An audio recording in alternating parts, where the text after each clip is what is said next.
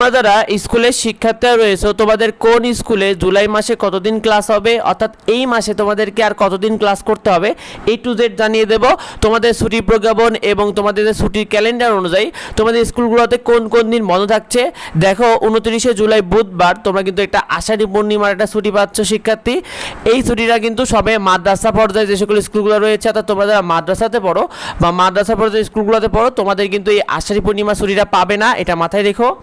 তোমরা যারা মাধ্যমিক স্কুলের শিক্ষার্থীরা রয়েছে তোমাদের এই জুলাই মাসে তোমাদের তো পরীক্ষা হয়েছে, তোমরা যারা অর্ধবার্ষিক পরীক্ষা দিয়েছো আর দশম শ্রেণীতে তো প্রাক নির্বাচনী পরীক্ষা বা প্রি টেস্ট পরীক্ষা দিয়েছো, তোমাদের তো 16 তারিখ পর্যন্ত পরীক্ষা ছিল। তবে কিছু স্কুল 14 তারিখ 15 তারিখ 16 তারিখ, এমনকি বন্যার কারণে কিন্তু অনেক স্কুলে তাদের পরীক্ষাটা পিছিয়েছে।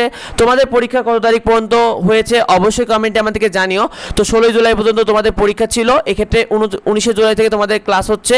তো এক্ষেত্রে তোমাদের মোট ক্লাস অনুষ্ঠিত হবে এই মাসে, অর্থাৎ জুলাই মাসে তোমাদের মোট ক্লাস অনুষ্ঠিত হবে 9 দিন।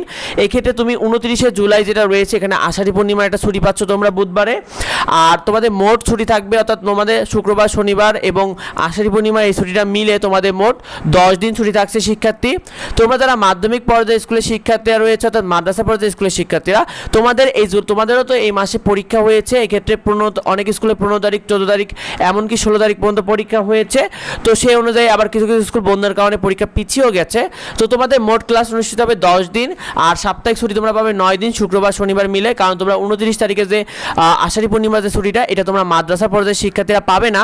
তোমরা যারা প্রাথমিক স্কুলের শিক্ষার্থীরা রয়েছে অর্থাৎ প্রাথমিক পর্যায়ের স্কুলের শিক্ষার্থীরা রয়েছে তোমাদের তো স্কুলে ক্লাস হচ্ছিল প্রথম থেকে, তবে অনেক স্কুলে পরীক্ষা হচ্ছিল। তোমাদের মোট ক্লাস অনুষ্ঠিত হবে 21 দিন যারা পুরোদমে ক্লাস হচ্ছিল, আর যেসব স্কুলে পরীক্ষা ছিল তাদের 9 দিন ক্লাস হবে এই মাসে। আর এক্ষেত্রে প্রাথমিক ও মাধ্যমিক স্কুলগুলোতেই মূলত পরীক্ষা হচ্ছিল, অর্থাৎ যেসব স্কুল প্রাথমিক এবং মাধ্যমিক স্কুল একসাথে সেসব স্কুলে কিন্তু 16 জুলাই পর্যন্ত পরীক্ষা হচ্ছিল। তোমাদের কাদের কাদের স্কুলে পরীক্ষা হচ্ছিল অবশ্যই কমেন্টে আমাদেরকে জানিয়ে দিও।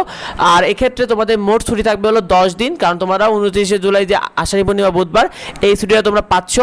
তো তোমরা নিয়মিত ফ্রি শিট এবং আপডেটগুলো পেতে আমাদের এডুবঙ্গ ইউটিউব চ্যানেলকে সাবস্ক্রাইব করে রেখো, এডুবঙ্গ ফেসবুক পেজকে ফলো দিয়ে রেখো। আর এই বিষয়টা বন্ধুদেরকে বেশি বেশি করে শেয়ার করে দাও যাতে অন্যরা এই বিষয়টি জানতে পারে। যদি জানার থেকে অবশ্যই কমেন্ট করো, তোমাদের যাবতীয় প্রশ্ন উত্তর দেওয়া হবে। দেখা পরবর্তী ভিডিওতে। ধন্যবাদ সবাইকে।